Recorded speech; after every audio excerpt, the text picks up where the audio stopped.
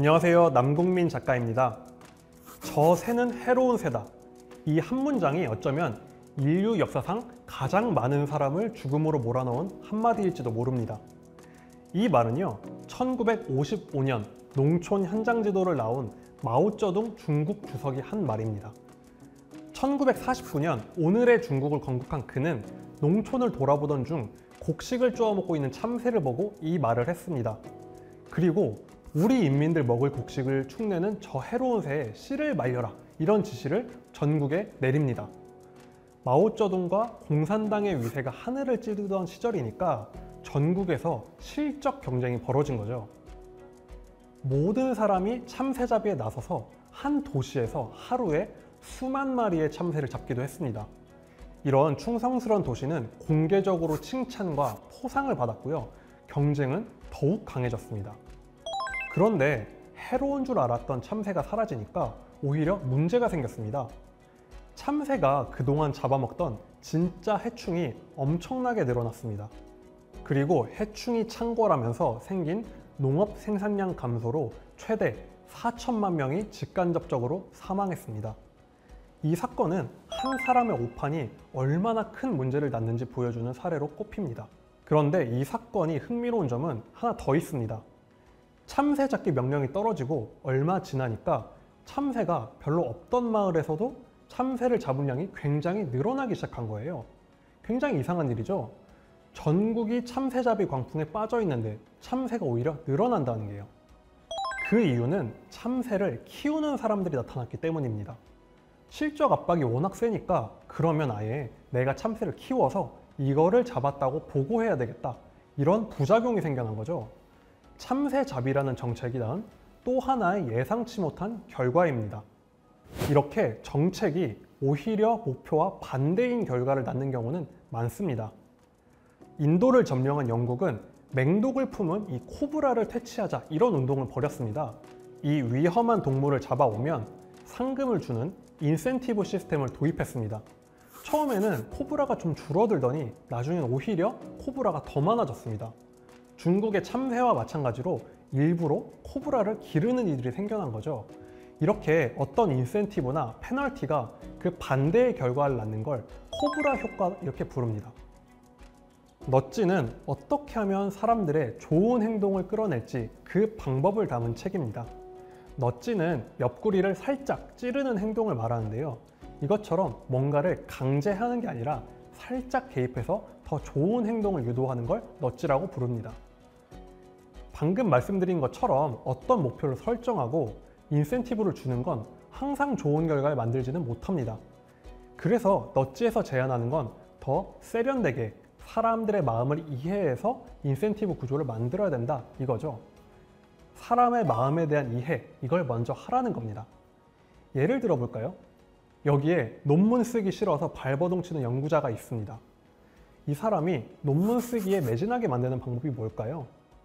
가장 쉽게 떠오르는 건 논문을 다 쓰면 얼마를 줄게, 이렇게 인센티브를 제공하는 겁니다. 그런데 넛지의 방식은 좀 다릅니다. 돈을 주는 게 아니라 오히려 이 연구자한테 $100를 받습니다. 그리고 이렇게 얘기하죠. 만약 너가 며칠까지 어느 정도 분량을 못 쓰면 내가 이 돈을 써버릴 거야, 이렇게 얘기를 하는 겁니다. 논문을 못 썼어? 그럼 나는 네 돈으로 내가 흥청망청 놀겠어, 이렇게 얘기를 하는 거죠.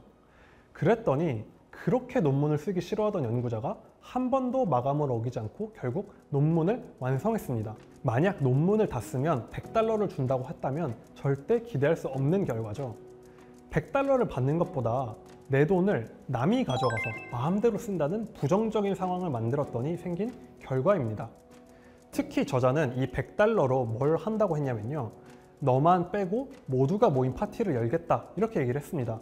저 같아도 화나서 논문을 쓰고 싶은 상황이죠. 넛지에는 이렇게 사소하고 어쩌면 귀엽기까지 한 인간적인 면모를 여럿 소개합니다. 우리 일상에도 많이 활용되고 있습니다. 횡단보도의 보행자를 보호하는 방법이 뭐가 있을까요? 횡단보도에 CCTV를 달고 경찰을 배치해서 금지선을 어기거나 신호를 위반한 차량에게 과태료를 물릴 수도 있겠죠. 그런데 넛지의 아이디어는 다릅니다. 횡단보도의 그림을 3차원 이미지처럼 그려서 운전자가 보기에 횡단보도가 둥둥 떠 있는 것처럼 보여주는 겁니다. 그럼 운전자가 보기에 이게 뭐지 하고 놀라면서 한 번쯤 다시 횡단보도를 인지하고 멈출 기회를 주는 거죠. 한국에도 이런 넛지를 활용해 정책을 만든 사례가 있습니다. 요즘 운전하다 보면 도로에 분홍, 초록 이렇게 유도선이 보여서 정말 편할 때가 많은데요. 이것도 도로공사의 한 직원이 생각해낸 아이디어입니다. 이렇게 색으로 명확하게 보여줘서 운전자를 유도하는 아이디어인 거죠. 이렇게 넛지의 아이디어는 기발하면서도 한편으로는 사소한 차이 같아 보이기도 합니다. 도로에 색을 칠하고 $100로 배 아파서 논문을 쓰게 하는 방식 같은 걸 보면요. 그런데 넛지의 메시지는 이런 발랄한 아이디어가 아니라 인간에 대해 더 깊이 이해해야 한다는 겁니다. 좋은 목적, 의도를 내세워서 사람들을 이끄는 건 세밀하고 섬세한 인간의 마음을 놓칠 수 있습니다. 이걸 무시하는 정부의 정책이나 기업의 캠페인은 실패할 수밖에 없습니다. 예를 들어 저출산 정책을 볼까요? 예전에는 아이를 낳으면 매달 10만 원을 준다고 하다가 이제는 20만 원을 준다고 합니다. 그러면 인센티브를 2배로 줬으니까 더 낳을 요인이 생기겠지? 이렇게 생각하겠죠. 그런데 인간의 심리는 다릅니다. 이렇게 지원금이 늘면 이렇게 생각해요. 이번에 20만 원이면 조금 더 지나면 30만 원 주겠네? 더 기다렸다 낳아야겠는데? 이런 생각을 한다는 거죠. 이 인센티브가 오히려 출산을 미룰 요인이 될 수 있습니다. 사람은 그렇게 숫자만으로 쉽게 움직이지 않는다는 겁니다. 아무리 기술이 발전하고 정부가 커져도 인간의 마음은 여전히 알 수 없습니다. 우리의 마음은 단순하지 않고 훨씬 예민하고 복잡한 존재라는 걸 기억해야 합니다. 정부도 기업도 이 블랙박스를 탐구한 책, 넛지에 대해서 배울 게 많습니다.